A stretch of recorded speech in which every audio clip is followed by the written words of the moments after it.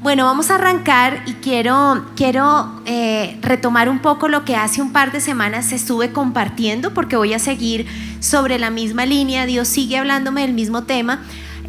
Hace unos 20 días nos encontramos en una predicación en la cual les hablé de cómo Dios espera que nosotros nos llevemos bien con nuestro vecino, cómo es importante llevar el amor de Dios a nuestra relación con los demás. Pero vimos que a veces existen interferencias, existen como un cruce de cables, como que la comunicación no fluye ni en lo que yo digo ni en lo que el otro me dice, y a esas interferencias las llamamos ruido. ¿Listo? Eso fue lo que hablamos hace 20 días. Quiero seguir bajo la misma línea, pero ya no voy a hablar de nuestra relación con los otros, porque ya hicimos check de esa relación. Quiero enfatizar en otras dos relaciones que todos tenemos y que son supremamente importantes, y es la relación de nosotros con Dios y la relación de nosotros con nosotros mismos. ¿Listo? Y vamos a ver qué cosas generan interferencia, cuál es el ruido que se puede presentar en estas dos relaciones. Voy a arrancar con la relación y el ruido en la relación que podemos tener con nosotros mismos. La relación que muchas veces aquí como iglesia algunos predicadores decimos esa relación yo con yo. ¿Listo? Entonces vamos a mirar qué ruido, qué cosas pueden dañar esa relación, porque en Lucas 10:27 encontramos el límite del amor, encontramos cuál es ese principio acerca de las relaciones, y Jesús dijo: amarás al Señor tu Dios con todo tu corazón, con toda tu alma, con toda tu fuerza y con toda tu mente, y amarás a tu prójimo como a ti mismo.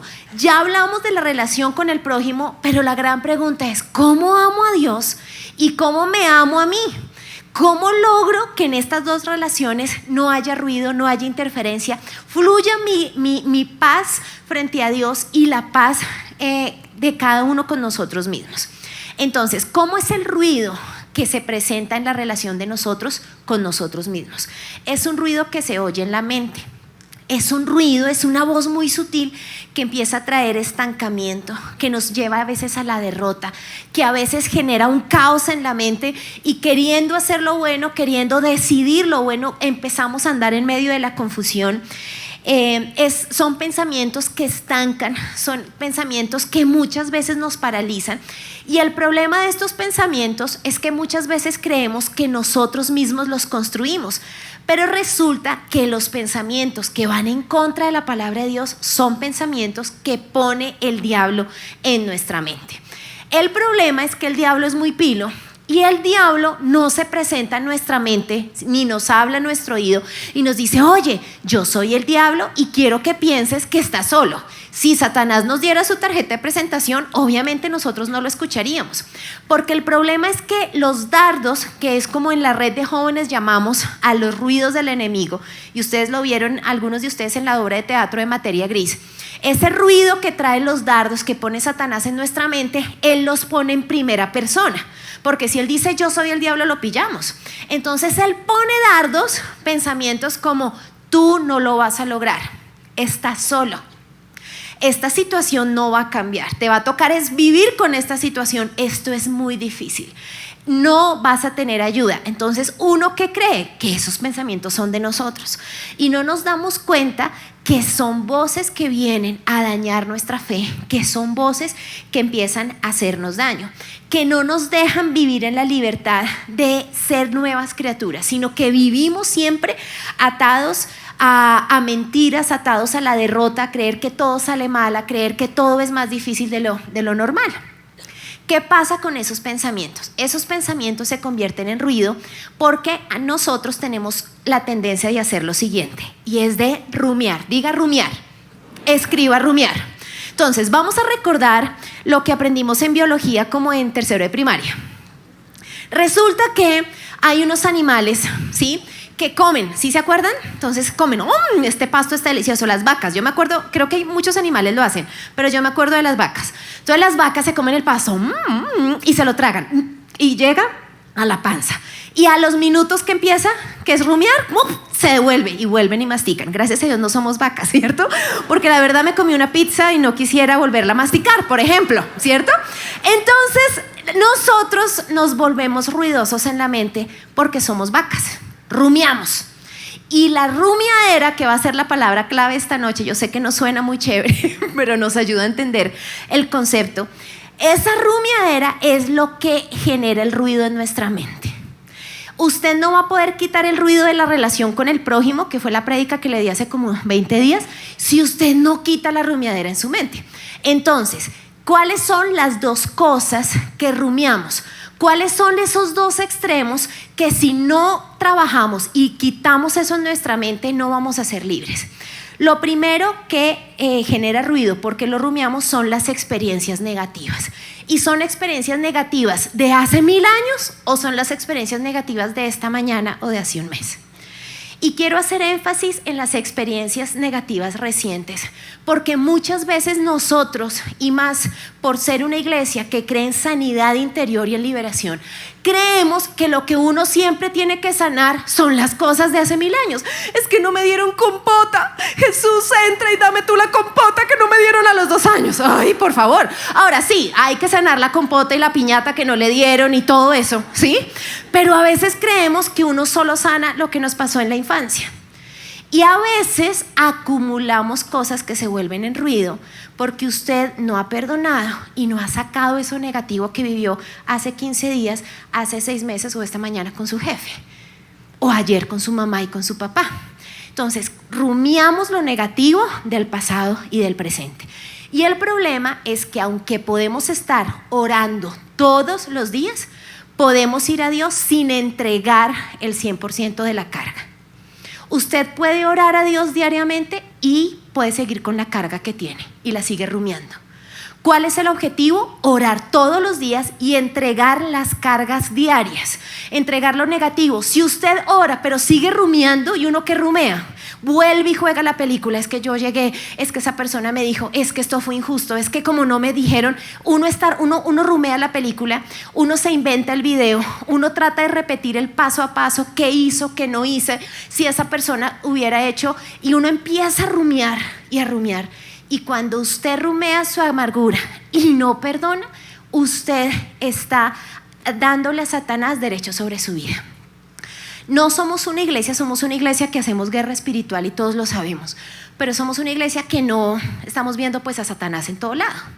Pero no somos inocentes frente a las maquinaciones del diablo, como dice la palabra de Dios. Detrás de tanta rumiadera negativa, detrás de su chichón que está rumiando, Satanás ha mandado espíritus. Y hoy les quiero hablar de algunos de esos demonios que usted tiene que discernir, usted tiene que prender su olfato, y cuando ore y está rumiando, usted tiene que decir: un momento, yo dejo la rumiadera, pero ¿quién me está aquí hablando? ¿Cuál es el dardo que viene a mí? Hay espíritus o hay dardos que en medio del dolor, si usted no para en la oración y dice en el nombre de Jesús, esta voz, este ruido que hay en mi mente se va, usted no va a ser libre. Por ejemplo, hay demonios que afectan nuestra vida, como la opresión y la esclavitud. Usted ora y siente que todo es más difícil. Usted siente que la depresión está ahí. Usted tiene que decir en el nombre de Jesús: todo ruido, todo espíritu de depresión, toda esclavitud que me lleva al dolor profundo, al fracaso, se va. Pero se tiene que levantar y quitar ese ruido. Puede estar la autocondena o el dedo acusador. A veces Satanás manda una voz que parece un dedo que señala y que dice: hiciste esto, es tu culpa, tú fracasaste. Y tú necesitas empezar a decir: Señor Jesús, yo te pido que esa voz que me está señalando el error, que ese dedo que siento encima señalándome, se vaya en este momento, porque eso se vuelve en un ruido en la mente. Hay otros cuyo ruido espiritual y cuyos dardos que más llegan a la mente es la autoconmiseración. Entonces aparece un demonio con Kleenex: sí, mira, suénate, pobre de ti, ay, víctima. Entonces usted tiene que tirar el Kleenex del demonio y decir: se larga, Chucky inmundo, y se va de mi vida. O sea, le toca quitarse el falso consuelo de Satanás, porque ahí hay un ruido. Entonces imagínese, usted no solo rumea eso que no ha perdonado, sino que el que le repite, porque hay otro demonio que le encanta estar al lado de la rumiadera, que se llama obsesión. Entonces usted se levanta y lo primero que piensa es en eso. Usted se va a acostar y se acuerda de eso. Usted está en la alabanza y se acuerda de eso. ¿Sabe quién le está pasando la película una y otra vez? Un espíritu que se llama obsesión. Y usted puede orar, pero si usted no entrega su dolor, no perdona y no discierne, ese ruido no se le va a ir. Hebreos 12:15 dice algo tremendo, dice: tengan cuidado de que no brote ninguna raíz venenosa de amargura, la cual los trastorne a ustedes y envenene a muchos. ¿Quién tiene que tener cuidado de esa raíz? Cada uno de nosotros, porque se vuelven un autorruido negativo. En masticar, es impresionante porque la definición de rumiar es masticar por segunda vez. Dice, es una persona que refunfuña y rezonga en la mente. Imagínense eso. Es alguien que examina y desmenuza una y otra vez lo ocurrido. A veces nos encanta quedarnos en el dolor y rumiar y rumiar y rumiar. Otro espíritu que viene muchas veces a esa mente y a dañarnos es la paranoia. No sé si usted ha conocido personas, a mí a veces se me alborota, con delirio de persecución, ¿sí? Entonces, como uno ha rumiado el dolor, entonces de repente uno siente, todo el mundo habla de mí, todo el mundo me está mirando. Yo me acuerdo que tuve una oveja que dejó de ir al Grupo Conexión cuando tenía Grupo Conexión, entonces yo le hacía seguimiento hasta que un día la conseguí y me decía, es que yo fui al coffee y yo te vi con otra oveja, líder, y yo me di cuenta que tú estabas hablando mal de mí. Paranoia. Tenía un Chucky aquí atrapado, ¿sí? Que le hablaba todo el tiempo, mira, tiene favoritos, mira, ten cuidado, mira, está hablando con otra persona. Y así hemos conocido millones de casos, ¿sí? Donde la relación con la figura de autoridad está sucia, hay un ruido, porque el ruido de la oveja lo tiene aquí en la mente. Y está ahí una paranoia de todos me van a hacer daño, no me van a restaurar.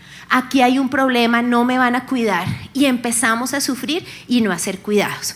El problema de no trabajar con el ruido en nuestra mente, iglesia, es que así Dios nos diga lo bueno de nosotros mismos, así vayamos a la Biblia y leamos lo bueno de nosotros mismos, así nuestro líder nos diga lo bueno, no lo vamos a creer, porque ya tenemos una versión de nosotros mismos.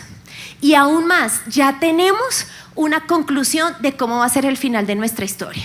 Ya tenemos el libreto escrito, ya conocemos el final y no vamos a poder andar en libertad. Juan 8:32 dice, si ustedes conocen la verdad, serán libres. Si tú no trabajas con esa mentira de quién tú eres en tu mente, tú no vas a andar en libertad. Tú no vas a ser esa nueva criatura en totalidad, tú vas a ser salvo, pero tú no vas a vivir en la plenitud de Dios.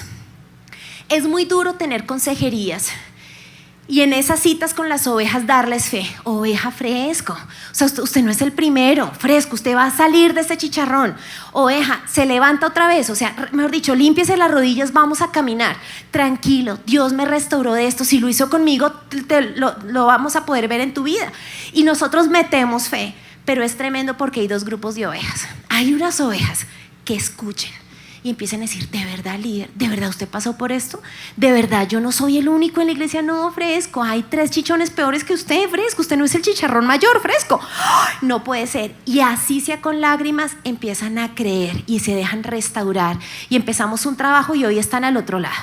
Pero tú les dices lo mismo a otro grupo de ovejas y estas ovejas es tanto el ruido de negativismo en su mente, de incredulidad, que recibiendo la misma palabra no logran cruzar al otro lado. ¿Por qué? Porque ellos tienen ya su argumento. Es que tú no pasaste por lo que yo pasé, líder. Es que si tú trabajaras donde yo trabajo, tú me entenderías. Es que tú no sabes los papás que tengo. Es que usted no sabe la clase de hijos que Dios me dio. Usted sacó a sus hijos adelante, mis hijos no. Usted no sabe cómo es mi esposa, cómo es mi esposo. Todo es negativo, todo es terrible. Esas ovejas no pueden ver la luz en el túnel. Hay tanta incredulidad que eso que ellos han creído se ha convertido en su automaldición. Proverbios 6:2 dice, te has enlazado con las palabras de tu boca y has quedado preso en los dichos de tus labios. El problema de rumiar tantas cosas negativas, iglesia, es que lo que usted piensa, usted lo va a confesar. Y lo que usted confiesa es lo que se va a cumplir. Sería más fácil si solo lo pensáramos, pero el problema es que usted termina diciendo todo lo que piensa y eso se vuelve lo que usted vive. ¿Sabe a quién le pasó? A Job. Job 3:25 dice, lo que más temía me sobrevino, lo que más me asustaba me sucedió, no encuentro paz ni sosiego, no hallo reposo sino agitación. ¿Saben qué hizo Job? Job rumiaba su dolor y lo que más temía le pasó. Conozco un personaje que todos los domingos en la noche sufre. Todos los domingos, mejor dicho, se inventa ayunos, clama a Jehová hasta las 5 de la mañana, porque todos los domingos él cree que el lunes su jefe lo va a despedir. Lleva un año pensando esto. Y yo digo, o sea, ¿de verdad usted no está cansado? No, es que de verdad, es que este lunes iba a ser líder. ¿De verdad? De verdad, yo ya sé que la carta, tal vez lo que he pensado es que me la mandan de recursos humanos. No, yo creo que él me la entrega en la cara. Todos los domingos no duerme. ¿Por qué? Porque él cree que hay tanto trabajo y se han pasado tantos caos y tanta crisis que el lunes el jefe lo va a echar. Hace chistes y todo el despido. Dice, le tengo el chiste. Y mírese que mi jefe entra y yo lo oigo y yo digo, esto no puede ser. Lo peor de esta historia, y no les estoy exagerando, es que cada semana hay más chicharrones en su trabajo. Se dañan las redes de comunicación de no sé qué, se entró el virus especializado en los computadores, 3 de los empleados se incapacitaron, están en cuidados intensivos, o sea, la maldición gitana lo rodea. Yo lo miro a esta oveja y le digo, ¿sabe cuál es el problema? El problema está en usted. Si yo hiciera su trabajo, a mí no me pasa lo que a usted le pasa. Usted tiene un imán. Y el imán es que si usted sigue pensando así y confesándolo, eso es lo que usted está viviendo. Y eso le pasó a Job. Por eso usted y yo tenemos que empezar a pensar en qué pensamos y qué estamos confesando. Porque ese ruido nos está dañando la vida. ¿Cuál es la consecuencia de este ruido? Que seguimos viviendo la vida anterior. No disfrutamos esa vida que Jesús dijo de tener una vida en abundancia. No, seguimos en la oscuridad. Tenemos victorias parciales, pero no hemos ganado la victoria total. Si usted quiere vivir en victorias totales y no parciales, usted tiene que quitar el ruido de su cabeza. Esta persona ha ganado, pero no la totalidad. ¿Por qué? Por el ruido.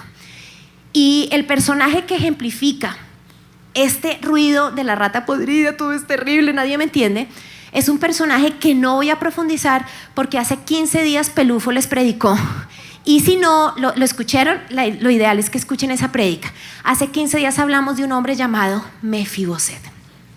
El chichón de Mefiboset fue que rumió su dolor. ¿Se acuerdan cómo Carlos nos explicó que este hombre se sentó en la mesa del rey, pero seguía con inseguridades? ¿Quería volver atrás? Mefiboset fue lesionado toda la vida. Así hay muchos lesionados toda la vida. ¿Por qué? Porque rumean su dolor, rumean el fracaso, rumean lo que les pasó en el prekinder, pero rumean lo que les pasó hace 15 días. Y ahí empiezan a vivir todos los temores y toda la incredulidad y todo el negativismo que han tenido en su mente. Ahora, este es un extremo, como les dije, el ruido en nuestra mente, nuestro yo con yo, se debe a 2 cosas. Este es el primero, cuando yo rumeo mi tristeza, mi fracaso, lo malo que me pasa. Pero hay otro extremo que es peor de peligroso, me atrevería yo a decir, y que lo voy a profundizar en esta noche, y es cuando rumiamos nuestro orgullo. Este sí que es un ruido tremendo, es más fuerte que el del chichón, ¿sí? Como todo ruido es usado por Satanás, porque acuérdense que eso fue algo que lo hablamos en la primera predicación, y es: el ruido no viene de Dios, porque el amor no es ruidoso. Entonces todo ruido es usado por Satanás, y cuando tú rumeas el orgullo, pues Satanás hace fiestas en tu cabeza y en tu vida. ¿Cómo uno rumea el orgullo? Cuando uno se empieza a dar cuenta que de repente uno es muy pilo, que de repente ya no es la misma persona que conoció a Jesús llena de problemas, sino que ya su vida está cambiando. Cuando de repente somos líderes de conexión y empezamos a formar otros líderes, y de repente la gente nos empieza a decir: ay, líder, este grupo es mejor que el otro. Ay, no, yo no me quiero ir a otro grupo conexión, tú eres el mejor. ¡Wow! Entonces uno empieza a decir: wow, qué creativo soy. Uy, yo soy un empleado espectacular, yo soy un líder increíble. Uy, mi matrimonio, mira, todos nos están mirando que nuestro matrimonio es increíble, que nuestros hijos son los más lindos de su presencia kids. Y entonces uno empieza a rumiar la vanidad, las estrellas de lo que le hemos dado. ¿Saben qué es lo más peligroso? Empezamos a rumiar el fruto que damos. Cuando tú rumeas el fruto que damos, que has dado, pensando que viene de ti, que no fue por la gracia de Dios, estás rumiando orgullo. Y empiezas a rumiar y empiezas a rumiar. Y esto es tremendo porque lo veo tan seguido. Y por eso digo, y Satanás está ahí en este ruido tan tenaz. Llevo más o menos 2 meses atendiendo un par de casos individuales y un par de casos que tienen que ver con familias. Y es tremendo cuando nos sentamos y yo hago preguntas como, ¿en qué fallaste? Dime cuál fue tu parte en esta situación, ¿en qué fallaste? ¿En qué fallaron tus papás? ¿Será que tus papás fallaron en algo? Papás, dígame, yo entiendo que están afectados por la situación, pero dígame cuál fue el error de su hijo. Líder, en tu grupo Conexión están pasando problemas, te estamos llamando porque listo, ahí hubo problemas de procedimiento, de todo, pero en medio de todos los errores dime en qué fallaste tú. Y es imposible empezar el plan de restauración, ¿saben por qué? Porque el corazón tiene tanto orgullo que no ven el problema. Y un corazón que rumea el orgullo se defiende todo el tiempo.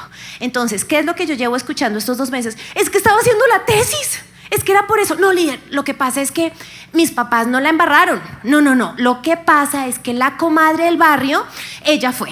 No. Mi hijo es divino, Natalia, de verdad. Lo que pasa es que de pronto estaba en semana de parciales y se trasnochó y por eso se comportó así. Excusas. Un corazón que rumea el orgullo siempre argumenta. Y son casos que en este momento no hemos logrado sacar al otro lado. ¿Saben por qué? Porque han rumiado tanto el orgullo que no reconocen que tienen un problema. Y es que el orgullo genera un ruido terrible en nuestra mente y es el del autoengaño. Yo estoy bien. Lo que hice no fue tan grave. ¿Y sabes por qué no fue tan grave, líder? Y sale una palabra estrella que también voy a resaltar en esta noche y es porque yo tuve una buena intención. De verdad, líder, si mi intención no hubiera sido buena, yo de verdad reconocería mi pecado. Pero de verdad yo lo hice para ayudar a muchas ovejas que estaban en mal situación. Yo solo pedí un favor, líder. De verdad, yo lo que estaba era tratando de ayudar. Hay algo que yo tuve que aprender y les voy a contar mi testimonio. Y es que las buenas intenciones no son suficientes. Y usted va a escribir esta noche esa frase. Mi buena intención no es suficiente. El corazón que rumea el orgullo se excusa en esto. Es que no fue mi intención. Imagínense que en el último trabajo en el cual yo me desempeñé antes de que Dios ya me llamara de servicio completo, yo tuve varios jefes, pero tuve un jefe en particular que fue un hombre brillante, es un hombre increíble, un hombre trabajador 24/7, responsable. Él me hizo mejor empleada. Yo con él aprendí a no dar un informe de 3 puntos, sino de 10. Yo llegaba y él no quería que yo le hablara de mira el recurso humano, sino dime el indicador, cómo se cruza con el balance, 3 gráficas. O sea, él me hizo ser una mujer excelente frente a muchas cosas. Me formó, era una cuchilla impresionante y eso me hizo mejor. Pero resulta que estábamos abordando varias problemáticas con las direcciones regionales, con todos los directores regionales en las diferentes partes de Colombia. Y resulta que los procedimientos eran un poco burocráticos, era muy complicado para los proyectos que estábamos haciendo. Y entonces él, a mí y a como 3 personas más de su equipo de trabajo, nos dio esta lección. Dijo, miren, tenemos que sacar la empresa adelante en esto. Si seguimos esperando, cumpliendo estos 3 procedimientos y que nos apruebe la regional de tal de Occidente con Norte y no sé qué, nos vamos a volver un 8. Yo les quiero decir algo, hay momentos en la vida donde es mejor pedir perdón que pedir permiso. Necesito que tomen ya las decisiones que tienen que hacer, tenemos que resolver esto en la empresa. Y todo el tiempo, hasta por mails, nos lo decía y nos lo escribía, es necesario a veces, las circunstancias te llevan con una buena intención de salvar a la empresa a pedir perdón que pedir permiso. Entonces yo listo, arranco yo con todo el equipo de trabajo de este personaje. Hay que hacer esto, llamen a tal lado, pásenme la cotización, saco el presupuesto de esto, voy a viajar a hacer tal cosa. Y resolvimos el problema. El proyecto fue impresionante, la empresa dio unos resultados increíbles en el siguiente trimestre. Pasó el tiempo, yo salí a trabajar y Dios me llama aquí a trabajar en la iglesia. Más o menos al 2.º año que yo estaba acá, la pastora me llama para que le ayude en un proyecto que era bien importante en la iglesia. Entonces yo aprendí de la mano de ella muchas cosas, pero ella me delegó mucha responsabilidad. Y hubo un momento donde había tantas variables y habían unas áreas de pronto más lentas que otras, había unos procedimientos complicados que adivinen yo qué hice. Pues es mejor a veces pedir perdón que pedir permiso. Hay que sacar el proyecto adelante. Hay que hacer esto, maten a este, revivan a este, oren por este. O sea, yo hice todo. Y el evento salió espectacular. Henry Pavón me dice que yo tengo un dedo veloz, entonces digo tan, tan, tan, chu, chu, chu, ja, ja, ja, todo. Salimos adelante al otro lado. Listo. Se terminó el evento, evaluamos con todas las áreas, nos fue bien. Y la pastora en versión jefe me dijo, ahora necesito hablar contigo. Entonces me sienta, me dice, te voy a hablar como jefa y tu rol en este momento es mi empleada. Listo. Cumplimos con el evento. Sí, lo logramos, pastor. Pero te quiero decir algo. ¿Te acuerdas que tú me dijiste que a ti te enseñaron y que tú tuviste un jefe increíble y te volvió súper pila, que te enseñó que a veces es mejor pedir perdón que pedir permiso? Claro, pastor, te quiero decir cómo se hacen las cosas aquí y en el reino de Dios. Aquí se pide permiso. Es lo primero que tienes que empezar. No me interesa el resultado del evento. Tú no pediste permiso. Duré 1 año, iglesia, quitándome el chip. 1 año. Porque mi buena intención era toda, y más ahora en la iglesia. Entonces la buena intención es salvar al mundo, que es lo que yo creo que vamos a hacer con los jóvenes. Yo amo salvar mejor dicho, yo creo que vamos a cambiar la generación. Yo creo que vamos a hacer ideas más locas, increíbles en teatro. Yo creo muchas cosas, pero ¿saben qué? La buena intención no es suficiente. 1 año duré renovando mi mente. Pasaba algún chicharrón y yo ya iba a hacer y yo, ¿puedo mover mi dedo? Porque yo no estaba formateada para eso. ¿Saben qué nos dice Romanos 12:2? Dejen que Dios los transforme en personas nuevas al cambiarles la manera de pensar. Entonces aprenderán a conocer la voluntad de Dios para ustedes, la cual es buena, agradable y perfecta. Usted pueda que sea salvo, pero pueda que usted todavía no sea una nueva criatura. ¿Sabe por qué? Porque usted no ha querido cambiar su manera de pensar. ¿Qué nos hace personas nuevas y nuevas criaturas? Que Dios cambie nuestros chips, que Dios cambie nuestra manera de pensar. Ahora, así como en este extremo está el que rumea el dolor, y el ejemplo es Mefiboset, que vamos a escuchar la prédica aquellos que no vinimos hace 15 días, ¿qué personaje me ayudará a entender qué pasa cuando uno rumea y rumea y rumea el orgullo y el autoengaño? Saúl, y lo vamos a estudiar en esta noche. Lo primero que vamos a ver en la vida de Saúl, que está en 1 Samuel 9:16, es que su inicio fue bueno, y eso también lo puede escribir, porque vamos a ver cuál es el final, porque el inicio es increíble. ¿Saben cuál es el inicio? Dios llama a Saúl. Saúl no alzó la mano y dijo, ay, ¿quieren que yo sea rey? No. Ni siquiera el profeta Samuel había contemplado a Saúl como un candidato. ¿Quién llamó a Saúl directamente? Dios. Mañana a esta hora Dios está hablando con el profeta Samuel. Enviaré a un hombre de la tierra de Benjamín. Úngelo para que sea el líder de mi pueblo Israel. Él los librará de los filisteos, porque desde lo alto he mirado a mi pueblo con misericordia y he oído su clamor. Cuando Samuel ve a Saúl, el Señor le dijo, ese es el hombre del que te hablé, él gobernará mi pueblo. El inicio fue increíble. Dios vio y llamó a Saúl. Lo segundo que le pasa a Saúl es que Saúl viene de una familia conocida. La Biblia nos dice que su padre era un hombre conocido en su tribu y en su ciudad, y que él tenía unas características que lo hacían sobresalir dentro de toda la gente. Dice que Saúl era alto, que era joven y que era un churro increíble. La Biblia dice eso. Dice alto, joven y churro y de una buena familia. Eso podía ser que cuando Samuel le dijera, oiga Saúl, usted va a ser rey, ¿qué sería lo más obvio? Pues claro, si yo sobresalgo entre todos, mi papá ya era hora, es que mi papá es el duro de la ciudad. Resulta que pasó todo lo contrario. Saúl tenía un corazón increíble. Saúl era humilde. Cuando Samuel le dice, les voy a compartir la respuesta a Saúl, Saúl no lo podía creer. En 1 Samuel 9 dice, ¿no soy yo acaso un benjaminita de la más pequeña de las tribus de Israel? No es mi familia, sabiendo que su padre era reconocido, dice, la más insignificante de todas las familias de la tribu de Benjamín. No solo fue llamado por Dios, Saúl era humilde. Fue tan humilde y quería de verdad buscar la voluntad de Dios, que siendo rey, o sea, sin ser profeta, fue lleno del Espíritu Santo. Llegó un momento donde se encontró con unos profetas que estaban así llenos del Espíritu de Dios, y él empieza a profetizar. Está en 1 Samuel 10:10. Entonces el Espíritu de Dios vino poderosamente sobre Saúl y él también comenzó a profetizar. Imagínense el combo completo. Es llamado por Dios, es humilde, él tiene claro que Dios es Dios y que él no es merecedor de nada, y además el Espíritu Santo viene sobre su vida. Impresionante. Es tan impresionante que empieza la ceremonia con la cual Samuel cita a todo el pueblo y dice: Dios les dio el rey es Saúl. Entonces quiero que se imaginen las típicas ceremonias de colegio Izae Bandera, ¿no? Primero, palabras de la directora. Segundo, coordinador de disciplina. Tercero, himno nacional. Está pasando eso, ¿no? Entonces ya iban como en el punto cuarto y entonces Samuel dice: quinto, que pase Saúl para imponerle manos. Y está pasando eso y empieza Saúl, no aparece Saúl. Adivinen qué dice la Biblia. Yo nunca, hasta que hice esta prédica, encontré este versículo. Saúl se escondió. Están todos firififís listos para la izada de bandera. Saúl no aparece. ¿Que no? Vamos a leerlo. Samuel después llevó a cada familia de la tribu de Benjamín delante del Señor y se eligió la familia de los Matri.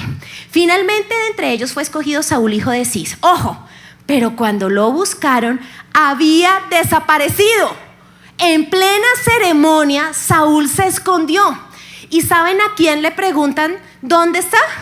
A Dios. Es una nota, o sea, Dios conoce dónde uno se esconde, ¿no les parece increíble? Por eso es que hay un salmo que dice: ¿a dónde iré? Si estoy en los cielos, si estoy en la cueva. Pues claro, Dios sapió el escondite de Saúl.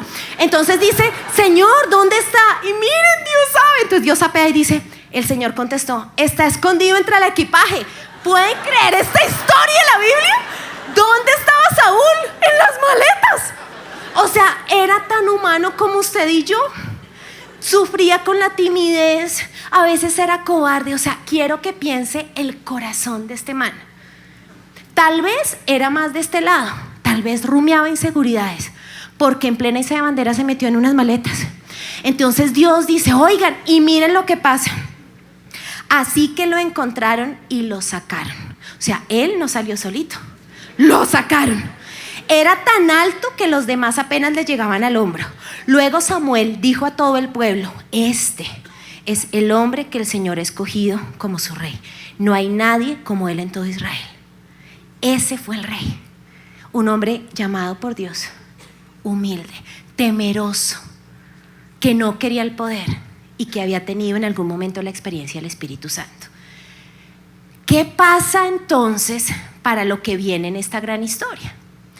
Que cuando tú empiezas a ganar experiencia y pasa el tiempo y ves resultados, empiezas a rumiar el orgullo. Entonces seguramente Saúl empieza a decir: oiga, no, de verdad no vale la pena esconderse, me está yendo como bien. Y empieza el reino a funcionar y empiezan a ganar unas batallas, y eso es lo que nos pasa a nosotros. Dios nos dice: yo te amo, tú tienes un futuro diferente, y nosotros somos: no, Dios, somos ratas podridas, no somos capaces. ¿Sí o no? O sea, todos empezamos así: de verdad tú me amas, yo no creo. Terrible. Pero de repente uno empieza a decir: oh, Dios me ama. Uf, Dios me ama a mí. ¿Sí? Uno empieza a rumiar ese orgullo. Entonces Saúl empieza a rumiar, ¿sí? Porque acuérdense, uno va a Dios y le entrega las cosas negativas, pero ¿saben uno a qué va también a Dios? A entregar las estrellas. Saúl no entregó los logros, entonces él está rumiando su orgullo y aparecen los filisteos. Entonces, primera batalla con los filisteos. Resulta que en ese tiempo había una regla en el pueblo, digamos, cristiano, en el pueblo de Dios, y es que el rey siempre tenía que llamar al profeta, en este caso era Samuel. Entonces el rey estaba listo con su ejército y siempre tenía que ir con el profeta.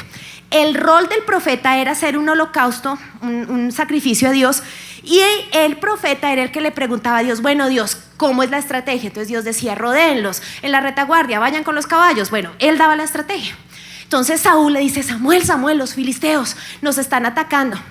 Necesitamos encontrarnos para que tú hagas el sacrificio y le preguntes a Dios dirección. Nos vemos en Gilgal.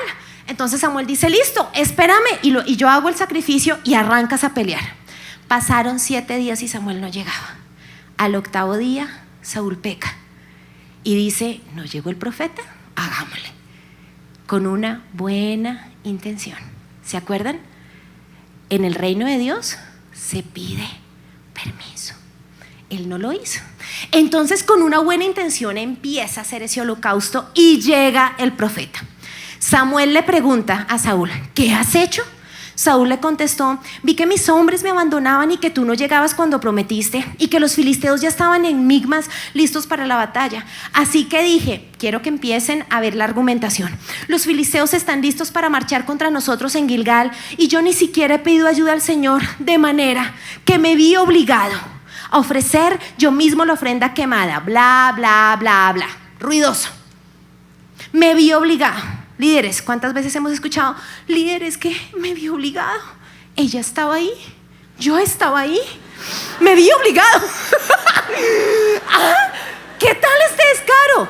El corazón orgulloso es: me vi obligado, no pude hacer nada. Ay, pero de verdad, la buena intención es lo que cuenta. Miren la respuesta del profeta: qué tontería, Saúl. No obedeciste al mandato que te dio el Señor tu Dios. Si lo hubieras obedecido, el Señor había establecido tu reinado sobre Israel para siempre. Pero ahora tu reino tiene que terminar, porque el Señor ha buscado a un hombre conforme a su propio corazón.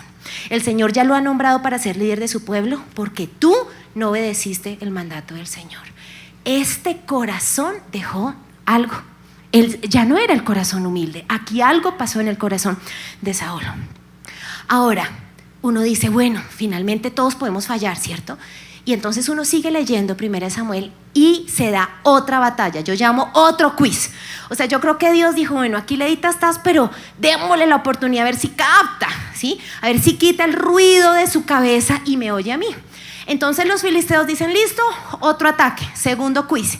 Y en ese momento Dios le habla a Saúl, y la regla del juego es: Saúl, matas a todos. ¿Entiendes que es todo? Listo. Y todo lo que veas, animales, oro, tesoros, todo lo destruyes, no te quedas con nada. ¿Es claro? Acuérdense lo que les enseñé el ruido. La comunicación pone límites. ¿Es claro? Es claro. Pero ¿qué pasa? Aquí hay un ruido en la mente de Saúl. Y entonces vamos a ver la escena. Vuelve y cae el profeta encima de Saúl. ¿Por qué no obedeciste al Señor? ¿Por qué te apuraste a tomar del botín y hacer lo que es malo a los ojos del Señor? Miren la respuesta del argumentador orgulloso: pero yo sí obedecí al Señor. ¿Insistió Saúl? Mi pregunta es, iglesia: si cogió el botín y dejó con vida a uno de los filisteos, ¿obedeció o no obedeció? Pero es impresionante el ruido.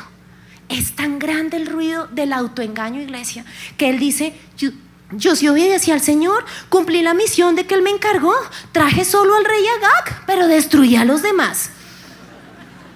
Y fueron mis soldados los que trajeron ovejas, cabras, ganado y el botín para sacrificarlos a tu Dios. Él no está viendo lo que cometió. Él no entiende. Él no entiende. ¿Saben por qué? Acuérdense lo que les enseñé. Cuando tú te acostumbras al ruido, tu oído se daña. Por eso no oyes. Saúl no oía a Dios, Saúl no oía a su líder. Saúl no oía a su figura de autoridad. Samuel le dice: ¿qué es lo que más le agrada al Señor, Saúl? ¿Tus ofrendas quemadas y sacrificios, o que obedezcas al Señor? Y miren lo que dice: escucha, sordo, ruidoso. Y saben que a veces Dios y nosotros como líderes a veces tenemos que decirle a la oveja: ¿me estás escuchando? No, yo no he hecho nada, líder, escúchame. Porque el corazón está tan orgulloso que el ruido está aquí. Y Samuel le dice: escucha, es que la obediencia es mejor que el sacrificio, y la sumisión es mejor que ofrecer la grasa de carneros. Ojo con esto: la rebelión es tan pecaminosa como la hechicería, y la terquedad tan mala como rendir culto a ídolos. Por cuanto has rechazado el mandato del Señor, Él te ha rechazado como rey. Saúl, estás haciendo brujería. Y yo quiero que entienda este principio, iglesia. Cuando usted así tenga una buena intención, es desobediente, usted está frente a una paila, diciendo: abracadabra, patas de cabra. Eso es lo que estamos haciendo en la desobediencia. Samuel fue claro: tú desobedeces, tú estás haciendo hechicería. Tú eres rebelde, tú estás dando culto extraño a Dios. Imagínense el corazón. ¿Y cuál es el resultado de esto? La Biblia dice que Dios se alejó de Saúl. Ahora bien, el Espíritu del Señor se había apartado de Saúl. ¿Y saben qué pasa cuando Dios se va? Llega un demonio y lo atormenta. ¿Se acuerdan por qué buscaron un músico y contrataron a David? Porque había un demonio que tenía enloquecido a Saúl. Cuando tú rumeas tu orgullo, Dios no te está guiando a ti. Tú estás escuchando demonios que están empezando a afectar tu vida. Lo más tremendo es que yo digo, bueno, imposible, la tercera es la vencida, ¿cierto? O sea, de verdad, Saúl pide perdón, reacciona. ¿Será que reacciona? Tercera batalla con los filisteos. En la primera no esperó a Samuel. En la segunda se robó el botín. En la tercera, ¿será que este ruidoso dice un momento, me arrepiento y hago algo? No. ¿Saben en qué cae este orgulloso? Espiritismo. 1 Samuel 28:4. Cuando Saúl vio al inmenso ejército filisteo, tuvo miedo y se aterrorizó. Entonces le pregunta al Señor qué debía hacer, pero el Señor rehusó contestarle, ya fuera por sueños o por sorteo sagrado por medio de los profetas. ¿Saben por qué Dios se rehúsa a hablar? Porque Saúl sigue pidiendo dirección y no ha confesado su pecado.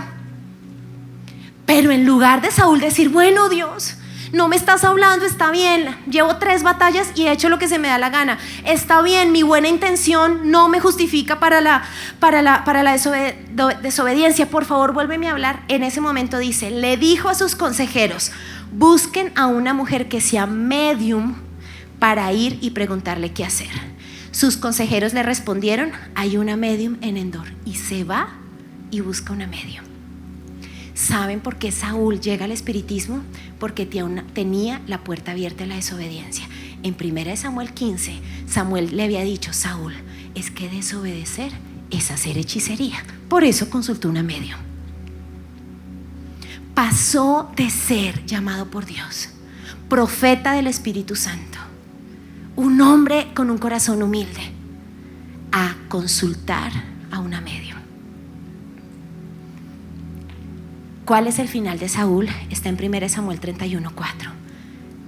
Cuarta batalla con los filisteos. Los filisteos ganan y llega al suicidio. Con gemidos, Saúl le dijo a su escudero, toma tu espada y mátame antes de que estos filisteos paganos lleguen para atravesarme, burlarse de mí y torturarme. Fíjense el orgullo tan impresionante. Su temor no era morir, era que lo mataran y que ¿qué? Se burlaran de él. Orgulloso, vanaglorioso. El escudero tenía miedo y no quiso hacerlo. Entonces Saúl tomó su propia espada y se echó sobre ella. Muchos, antes de reconocer su pecado, se matan por dentro. Tal vez no lleguen al suicidio físico, iglesia, pero están aquí en la iglesia diciendo, pues yo aquí no reconozco nada, pero yo aquí sigo. Se suicidaron. El propósito de Dios se fue. Su liderazgo se fue, su ministerio se fue. ¿Por qué? Porque el orgullo no los llevó a pedir perdón. Qué final tan triste. Vale la pena llegar a ser tan obstinados y sostenernos, pero que estamos muertos por dentro, a suicidarnos, a decir, pues ya no valgo, por no morir a nuestro orgullo. Esta es la causa que genera el segundo ruido de esta noche. Y es el ruido entre Dios y yo. ¿Qué hace que yo no escuche que Dios me hable y que yo sienta que yo le oro al techo? Usted no se ha arrepentido. Si usted y yo no reconocemos nuestro pecado, y no le estoy hablando de ir al líder y decir perdóname, yo he tenido cientos de citas con cabras locas que dicen, de verdad te pido perdón, y yo digo bla, bla, bla. Porque es muy fácil decir perdón de palabra, pero cuando tú te quebrantas y te pones de acuerdo con Dios, uy, ahí hay un dolor. Y cuando tú pides perdón es muy diferente. Se los digo porque yo hoy sé lo que es pedir perdón. Yo antes pedía perdón como, ay sí, perdóname, discúlpame, ¿sí? Pero no estaba quebrada por dentro. El cielo vuelve a abrirse cuando tú te arrepientes. El cielo vuelve a abrirse cuando tú dices, dejo de rumiar mi orgullo y dejo de rumiar el dolor y el pobrecito yo. Esos ruidos cierran los cielos. Tú tienes que ir a Dios y decir, yo confieso mi pecado, Señor, y me pongo de acuerdo contigo. ¿Saben? Es tremendo ver en todas las redes sociales, Twitter, Facebook, Instagram, en todas las que están, personas que yo conozco de esta iglesia, servidores, familias, ovejas, que sé que están en un modo de pausa, están en un tiempo de formación, están en tas-tas, como todos, así como a mí me dieron tas-tas, ellos están en tas-tas.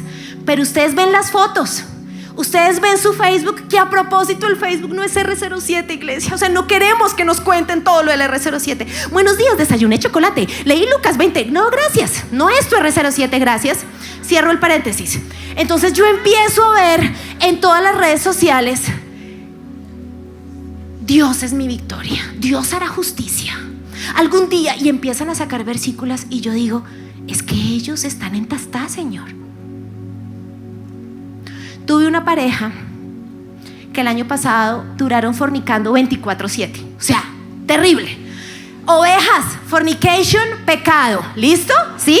O sea, no fornication, estás en santidad. Seguían dándole, pero durísimo, ¿sí?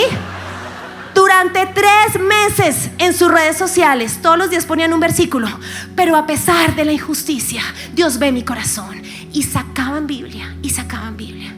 Y lo sigo viendo con papás, lo sigo viendo con familias.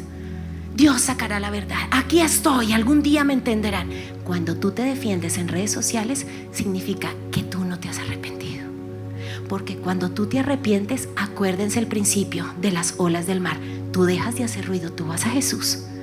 Y si eres tan inocente como dices, Jesús te vindica. Tú no. Facebook no es un lugar para defenderte. Ruidoso, orgulloso, que te defiendes en Facebook. Eso es lo que está saliendo de tu corazón. Qué tristeza usar la Biblia para defendernos de nuestro orgullo. Los cielos están cerrados. Tú puedes creer que Dios te está hablando. No, te está hablando un demonio que te está llenando de egolatría. Te está diciendo, tú lo hiciste bien, tus líderes son exagerados. Wow, tremendo.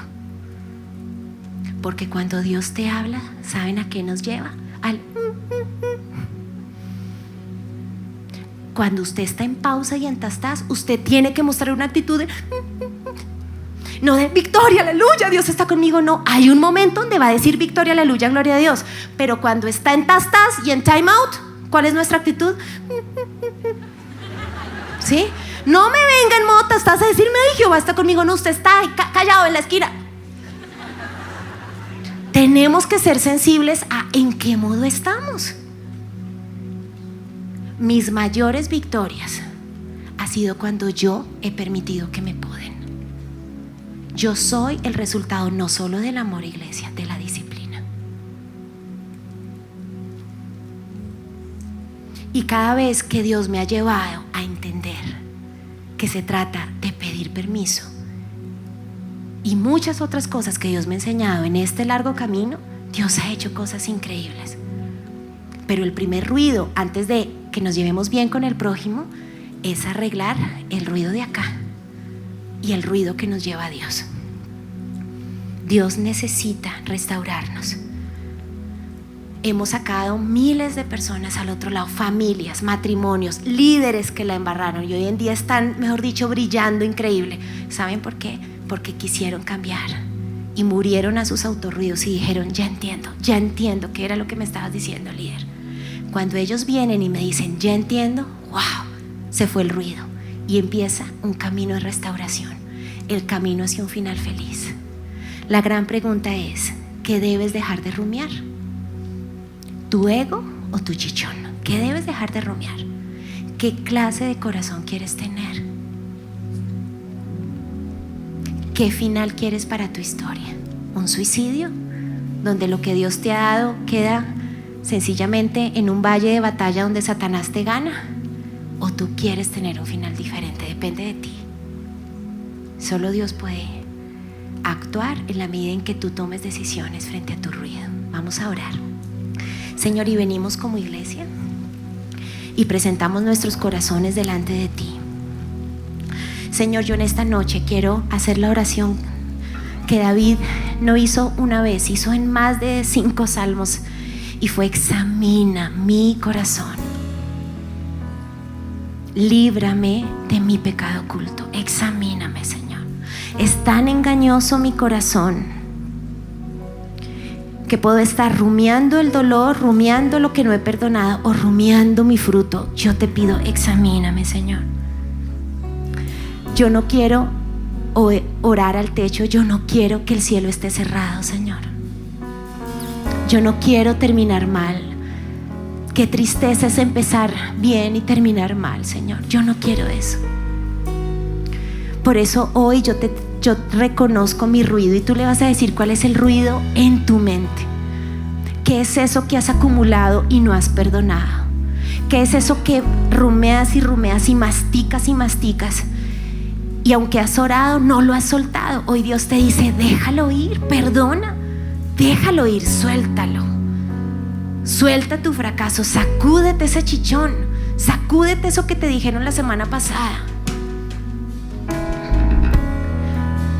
Pero tal vez el cambio que has tenido, las ovejas que has ayudado, el tiempo en la iglesia, el don que Dios te ha dado, las cosas que has podido hacer se han vuelto ruido en tu mente y tú vas a decir, Señor, yo hoy reconozco que me quedé con esta parte del botín y creo que es mío. Yo te pido perdón. Yo te pido perdón porque tal vez no te he entregado no solo los problemas, sino las estrellas, los trofeos. Yo hoy quiero entregarte mi orgullo, Señor, y hoy confieso mi pecado. Hoy confieso que me he acercado al mundo del ocultismo a través de mi rebeldía y mi desobediencia. A través de mis reacciones, yo te pido perdón, Señor. Y hoy en el nombre de Jesús, Señor, yo te pido que todo dardo en nuestra mente, todo lo que trae derrota, todo lo que trae depresión, todo lo que trae fracaso, se va de mi mente, de mi oído, en el nombre de Jesús. Pero hoy renuncio también a los dardos de egolatría, toda vanidad, todo aplauso, toda vanidad que me habla y que también yo me he apegado a eso. Hoy se va en el nombre de Jesús de mi oído, Señor. Y yo hoy quiero, Señor, presentarme delante de ti. Yo quiero ser santo. Yo quiero hablar contigo y que tú me hables, Señor. Yo te pido perdón, Señor, y hoy yo clamo que tú vuelvas a hablarme. Hoy yo clamo, Señor, que mi corazón sea obediente y humilde, Señor. Yo quiero tener un corazón conforme a tu corazón, Señor. Por eso hoy clamamos que nos limpies, clamamos que nos transformes, clamamos que hoy, Señor, nos podamos rendir a ti y ver cómo tú, Señor, nos haces personas diferentes. Cambia mi manera de pensar, Señor. Quita todo patrón que aprendí en casa, todo patrón laboral, todo patrón que hace que yo me maneje a mi manera y no vea lo que tú esperas de mí, Señor. Yo te pido, cambia mi manera de pensar. Dame una mente conforme a tu mente, a la mente de Cristo, Señor. Enséñame. Quiero pensar lo bueno, quiero agradarte en mi mente, no quiero ser ruidoso, Señor. Y te vas a poner de pie y tú vas a decirle al Señor, aquí estoy. Aquí estoy porque te necesito a ti, Señor.